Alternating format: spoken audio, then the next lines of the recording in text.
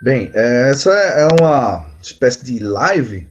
Eu coloquei esse nome porque quando coloca o nome live, aí todo mundo vai, né? É live, fantástico, live. Mas é uma aula, não muda muito não. É uma aula sobre filosofia. Na verdade, não sobre filosofia, é sobre uma inquietação que eu quero abordar de uma forma um pouco mais filosófica. Os autores alguma galera que eu consultei para dar uma olhada nesse tema, não são filósofos propriamente dita, né? São especialistas em alguns outros temas que acabaram tendo uma espécie de inquietação, tal como eu tenho tido há um bom tempo, né? E esse tema, aí vocês já estão com o, a apresentação na tela de vocês, esse tema ele não é novo, ele não é nada novo. Os historiadores vêm sofrendo com isso há muito tempo mesmo, né?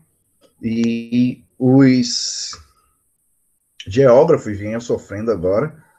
E agora está uma forma um pouco mais generalizada que veio tornar um pouco mais difícil lidar com esse tipo de situação, que é o que a gente chama de negacionismo. Então, eu vou colocar aqui em tela cheia para passar ponto a ponto.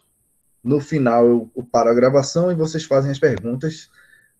Anotem as perguntas que vocês tiverem. Vai ser importante porque eu quero bastante discutir esses pontos, que eu acho que tem muita coisa que vocês estão engasgados e não tem muito o que falar, não tem onde falar. E as perguntas vão ser essenciais para o enriquecimento de vocês após a apresentação.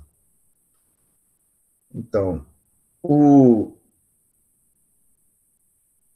dizem, né, Aristóteles e Platão, né, que a filosofia começa com espanto. Então, eu estava muito espantado com quando eu começava a lidar com essa situação do negacionismo, né? Você encontrar pessoas, por exemplo, que são letradas, sabem ler, sabem escrever, né? Tem curso superior, muitas vezes tem pós-graduações, né? Especializações, mestrados, né?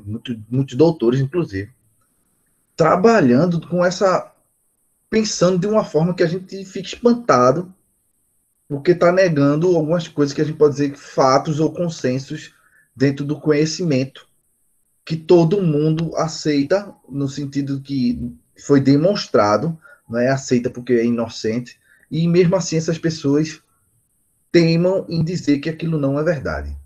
Então, dos espantos meus veio com essa primeira pergunta, assim, formulada desse jeito, né? Como é que essa pessoa acredita nisso? Um exemplo, a negação da escravidão.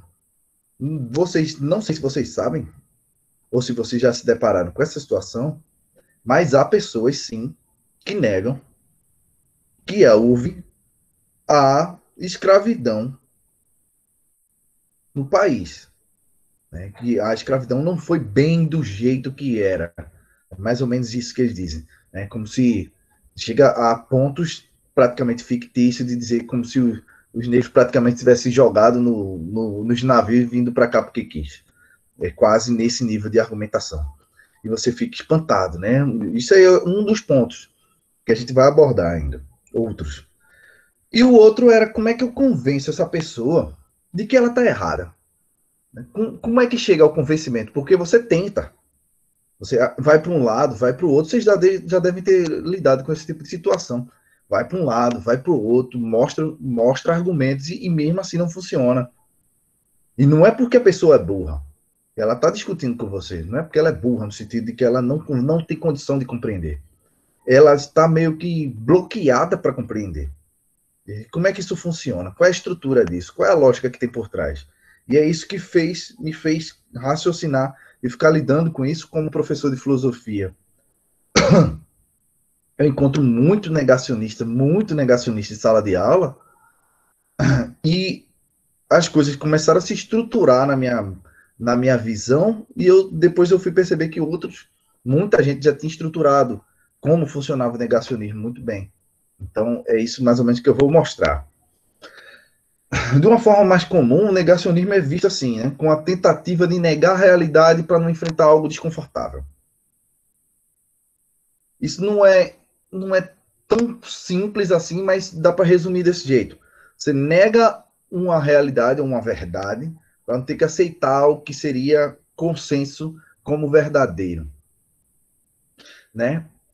Por exemplo, para dar um exemplo mais simples, mais prático, né? Muita gente, eu conheci vários já, nesses últimos meses, inclusive, nos últimos anos, para ser mais preciso, gente que nega o aquecimento global. Há milhares de estudos, milhares de estudos científicos que criaram um consenso entre os cientistas que a ação humana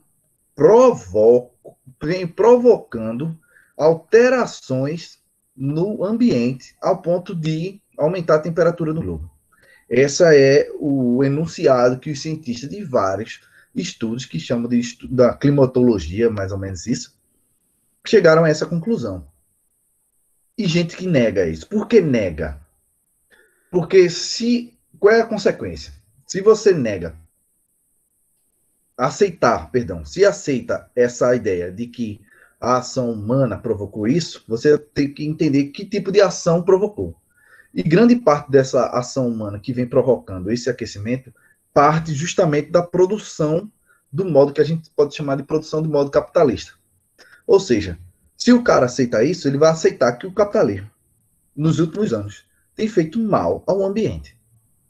E como o cara ele é capitalista raiz, se ele aceitar isso, ele vai ter que se contradizer. Então, ele vai ter que modificar suas próprias crenças. Então, ele prefere negar essa realidade do que ter que enfrentar essa crença. É mais ou menos assim que funciona. Isso é um exemplo. Então, conceitos que são básicos, que são consensos na ciência, como aquela ideia da Terra plana, é negada também porque tem uma outra estrutura por trás e é isso que a gente vai olhar. Tem um artigo que eu encontrei na internet que dizia, né, já citando outro, que existia uma espécie de característica que o negacionista apresenta. O negacionismo tem 5 pontos. O primeiro é identificação de conspirações. O negacionista ele afirma que há alguma espécie de conspiração por trás do que faz com que as pessoas não enxerguem ou sejam manipuladas para agir daquele determinado modo. E eles são os detentores da verdade. Eles sabem que aquilo ali é uma conspiração. Né? E a gente vai olhar um específico que funciona aqui no Brasil. O uso de falsos experts, né? Falsos especialistas. Com o uso constante de WhatsApp e YouTube, por exemplo, né? Redes sociais em geral, isso aumentou de uma forma monstruosa, porque muita gente cria um vídeo, por exemplo, um vídeo bem editado, ele vai passar com uma característica, um ar de academicismo de verdade, tal quanto um vídeo feito por um especialista de verdade, para aquele leigo que não consegue distinguir a diferença entre os dois. Então, isso é utilizado muito. Um outro ponto, terceiro ponto. Aí vai anotando aí se vocês tiverem alguma pergunta para perguntar depois. A seletividade, esse eu encontro com muita frequência, que é justamente você procurar algum cientista ou alguma pesquisa isolada que contrarie o consenso. Isso eu encontro muito. Dizer, professor, mas tem um professor, um filósofo químico, sei lá que seja, da Universidade de Tel Aviv, que ele disse que não sei o que, eu disse, certo, mas o senhor não conhece não? Não, não conheço. Ninguém conhece. Só você. Dá vontade de dizer às vezes, só você conhece. Porque só você está nesse grupo que esse cara é para você, esse cara é importante. Para ninguém esse cara tem relevância. O estudo dele não tem relevância. Não é que não ter relevância seja automaticamente falso, mas é porque o estudo dele não entrou pelo crivo da ciência ainda. Mas isso aí é um fator constante. Isso aí, vão anotando que vocês devem ter percebido isso. Perceber esse tipo de coisa. E a criação de expectativas impossíveis. Por exemplo, uma matéria que eu li dizia assim, né, que um político estava em Nova York, no gelo, né, no inverno, e estava cheio de gelo. Aí fez, olha aí, como é que falam que tem aquecimento global aqui, se está fazendo gelo? É como se o aquecimento global fosse suficiente para não causar o gelo no inverno de Nova York, que sempre é gelado. Ou seja, ele está distorcendo uma completa expectativa de como o inverno deveria funcionar. E o último, que eu acho que esse aqui eu posso contribuir bastante sobre o entendimento disso, que é justamente o uso de falácias lógicas. Falácia nesses caras é de rodo, de caminhão. Muito, muito, é o tempo inteiro. Muita, muita, muita, muita mesmo, muita. Eu não estou exagerando. É praticamente todas as frases. Tanto é que, assim, como um professor de lógica, eu chego a ser cruel. E eu faço isso, você, quem me conhece, sabe que eu faço isso com um prazer imenso. Né? Eu pego a pessoa, com a pessoa, que ele lança um argumento, eu disse, isso aí é uma falácia. E digo o nome da falácia, mostro como funciona, mostro um exemplo ridículo para mostrar para a pessoa que ela está errada. Ela vai e lança outra. E eu vou lá e derrubo a outra. E fico fazendo isso, porque eu gosto. Isso me dá um prazer, meu amigo. Se vocês soubessem, aí eu detono, eu gosto de fazer a pessoa se sentir assim, um ratinho no laboratório, assim, num beco sem saída, tentando correr. Eu gosto. Eu gosto de ver a pessoa esperneando e depois tenta me xingar. Eu disse, isso é uma falácia também, ad hominem. Aí explico como funciona. Ou seja, eu explico tudo. Né? Eu faço com gosto. Eu gostaria de saber mais lógica para fazer isso. É divertido pra caramba, velho. Muito bom, é muito gostoso. Vocês não entendem? Um dia vocês fazem isso também, né? Então, esse aí seriam os 5 elementos que o cara que criou essa ideia, elencou isso, ele criou isso em inglês. Então, ele fez uma sigla para a pessoa lembrar, o FLIC, que é Fake Expert, né, os falsos especialistas, as falácias lógicas, as expectativas impossíveis, os pensar, né, de selecionar fatos e as teorias da conspiração, FLIC. Eles criaram isso. Eu não consegui uma imagem melhor, mas tem um link que eu vou mostrar para vocês depois no final. Isso aí, esses 5 pontos são essenciais. Quando você para analisar como as pessoas trabalham assim, é exatamente isso. Quase todos isso tá em todos os pontos. Então, quando isso acontece, o que é que eles acabam negando, né? Negam a escravidão, como eu já falei para vocês. Isso é um dos assim, assusta, mas como é algo que é remoto no passado, as pessoas não ficam tão chocadas. Mas chocam bastante, por exemplo, a comunidade internacional e fora do Brasil, muito, a negação do Holocausto, dizer que não houve o Holocausto, não houve a morte de milhares de judeus. Muita gente prega isso. Neonazistas, inclusive, né? Negando que não houve. Não houve, não. Eles só estavam lá, trabalhando, e morreram de doença, de velhice. Tem gente que é impressionante. Aí você fala, como é que a pessoa acredita nisso? Que é a pergunta que eu fiz a primeira.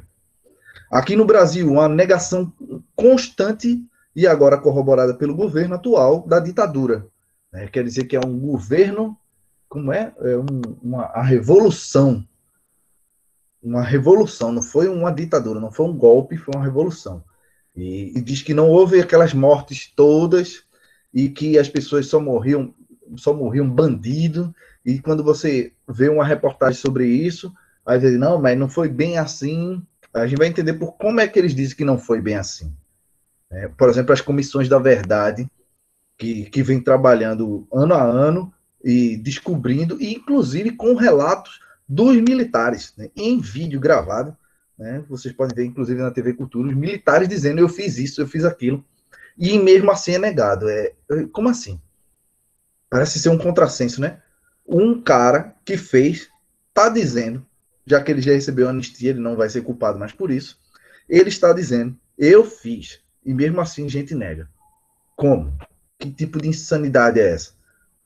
O aquecimento global que eu falei, e o último, que é o queridinho, a bola da vez, que é a negação das vacinas, né? Gente virando jacaré.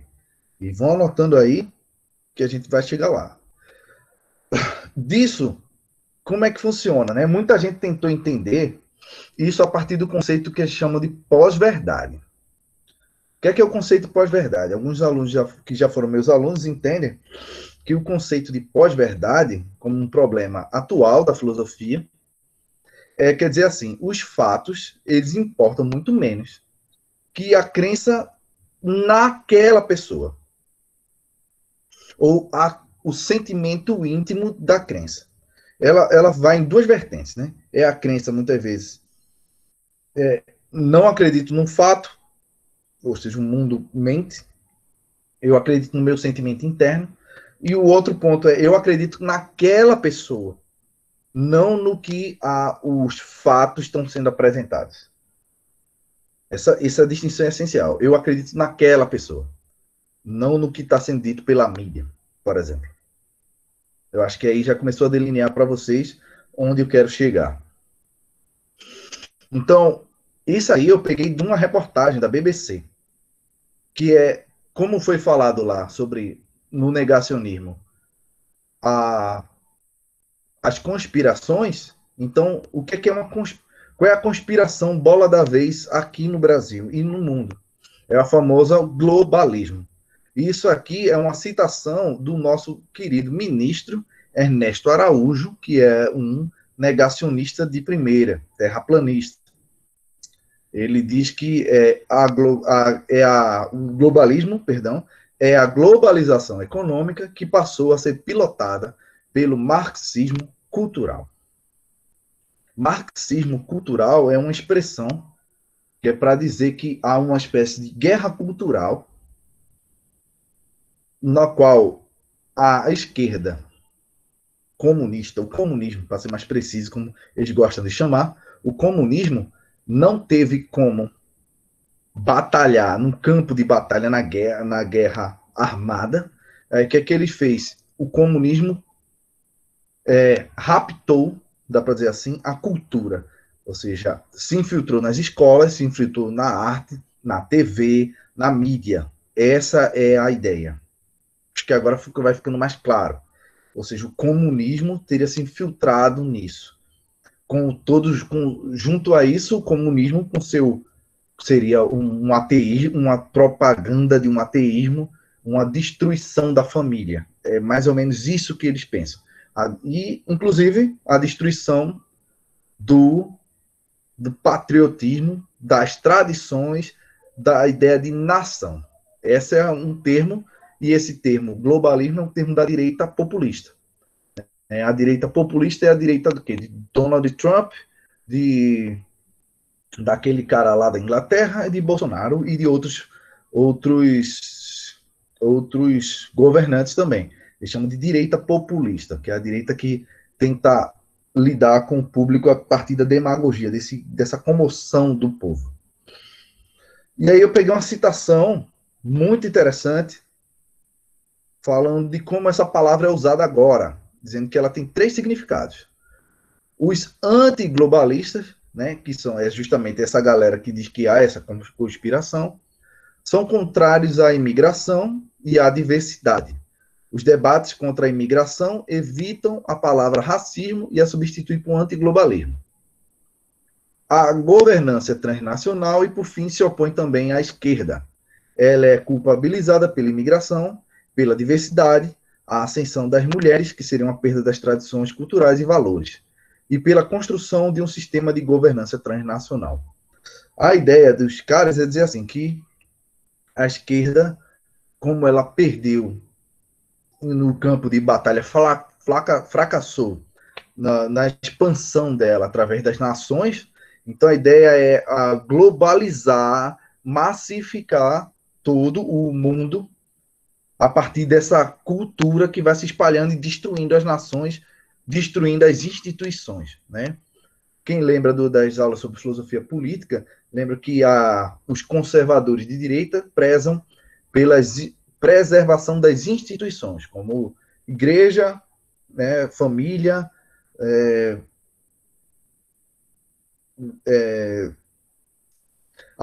o exército, as forças armadas, um monte de instituição que, segundo eles, seriam os pilares que mantiveram a sociedade por muito tempo, né? Principalmente esse núcleo, né, de igreja e religião. Família e religião. Família e religião. Como se houvesse uma tentativa de destruir esses dois, né, que a gente não encontra em canto nenhum, mas para eles tem. Mas tudo bem. Então, qual é o primeiro passo?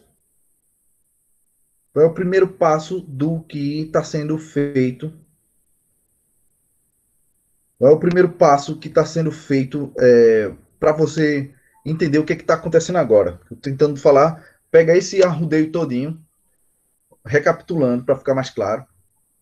Dentro dessa ideia do negacionismo, de negar essa verdade, dá para dizer assim, negar essa realidade em prol de uma verdade mais confortável, então surge essa ideia de globalismo e que é preciso combater esse globalismo.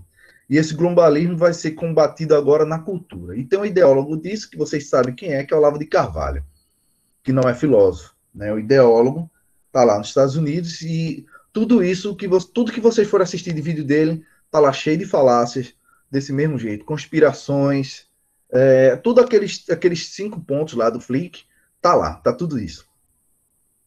Então, qual é o primeiro passo dessa estratégia de dizer que há um mundo globalista, um marxismo cultural, e que a gente tem que lutar, todo mundo tem que lutar contra isso para preservar a liberdade, a família, né, a propriedade privada, que é uma outra instituição que preza os conservadores. Né? Qual é a ideia? É descreditar as fontes oficiais de informação e de produção de conhecimento.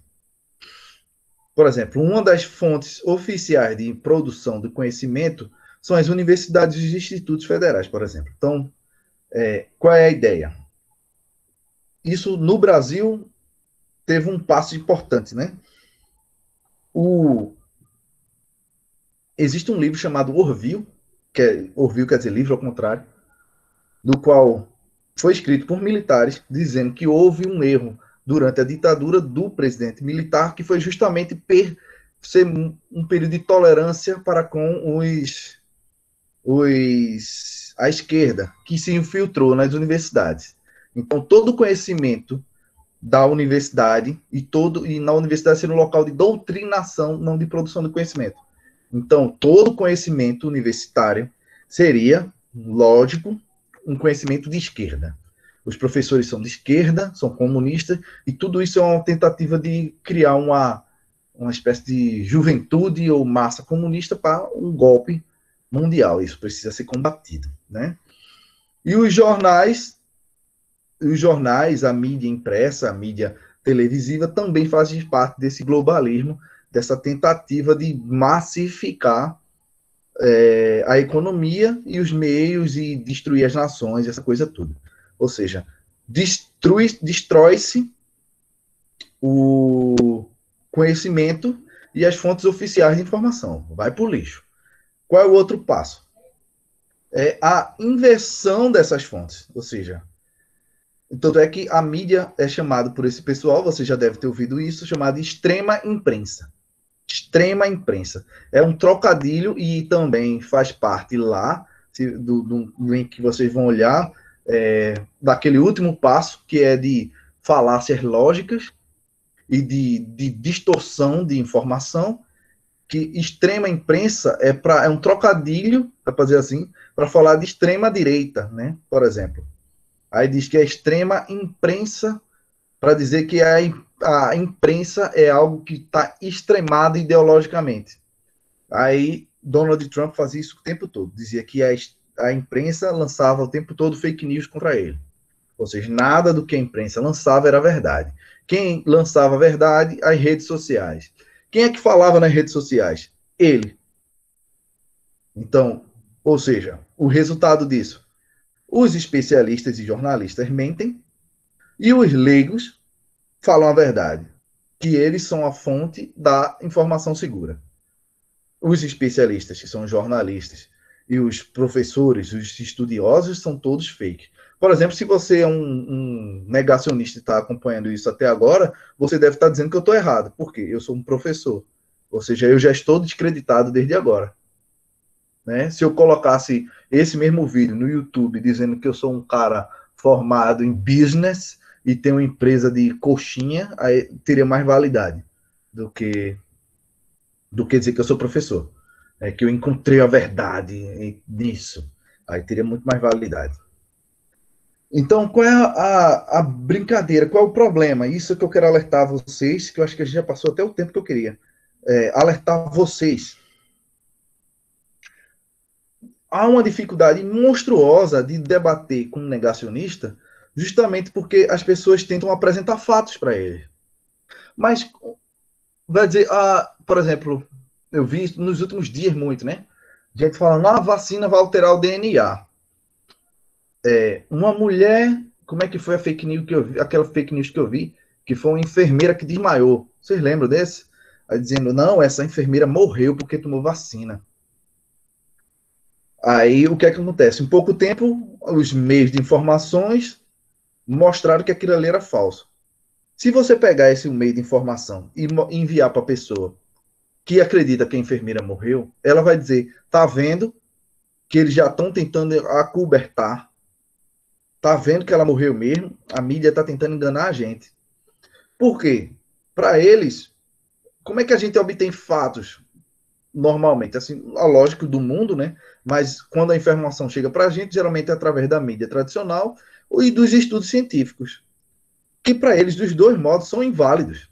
Então, se você tentar pegar um negacionista e mostrar para ele que ele está errado através da mídia tradicional ou de estudos científicos, não vai adiantar, velho. Não vai adiantar. Porque, para eles, a verdade vem do YouTube e das redes sociais, dito por algumas pessoas específicas. Então, por exemplo, o processo de checagem de informação não funciona. Porque quem é que checa a informação? Geralmente é a mídia tradicional, que eles chamam, né? Os jornais, as revistas checam a informação. Se essas mídias e essas revistas estão aqui, como está na terceira linha, são vistas como algo que está sempre mentindo, então é impossível que você consiga fazer uma checagem de informação. Para essas pessoas, você, como não negacionista, uma pessoa comum, você recebeu uma fake news, depois você viu num jornal lá, qualquer, que aquilo ali era falso, você procura saber, se informar melhor, que realmente era falso. Eu errei, eu estava enganado. Para um negacionista, aquilo colabora com a tese dele inicial, que estava a verdade que ele recebeu pelas redes sociais era sim verdade, era verdadeiro, e que a mídia está tentando acobertar, porque esse processo é justamente o processo de conspiração. Sempre que um conspirador, sempre que algo tenta desmentir o que ele está dizendo, ele vê isso como um reforço da veracidade do que ele está dizendo. Então, qual é o problema deles? Que eles acabam se tornando velho, eles perdem um controle sobre a mentira, né? Eu lembro, parece aquela piada de um cara que ele mente sempre, quando ele diz a verdade ninguém acredita, é mais ou menos isso. Porque dentro dessa estrutura não dá para desmentir a informação falsa que faz parte desse negacionismo. Não dá, porque se o cara, por exemplo, o cara que é o autor um dos autores dessa informação falsa, ele vai apresentar a versão, o desmentir na mídia tradicional, logo ele vai ser visto como falso também. E se ele vai tentar apresentar nas redes sociais, isso é visto muitas vezes como uma espécie de traição. Porque ele não manteve a palavra, ele está sendo manipulado, está sendo fraco. Então, dos dois modos, parece que não funciona.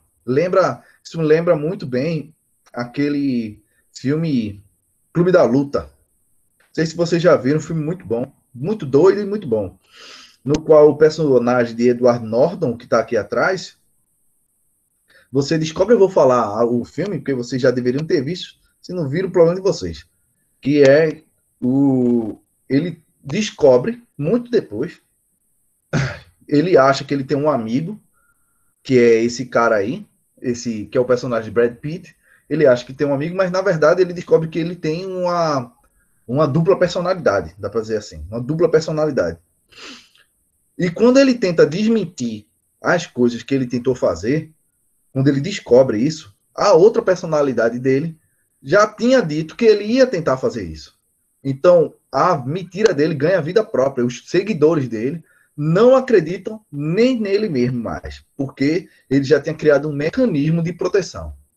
É muito parecido com o que acontece com essa rede de negacionismo. Ela ganha vida própria. O próprio negacionista não consegue desmentir mais. E é porque os outros fazem. Quando você fala, tá vendo que ele está se desmentindo, é porque aconteceu alguma coisa.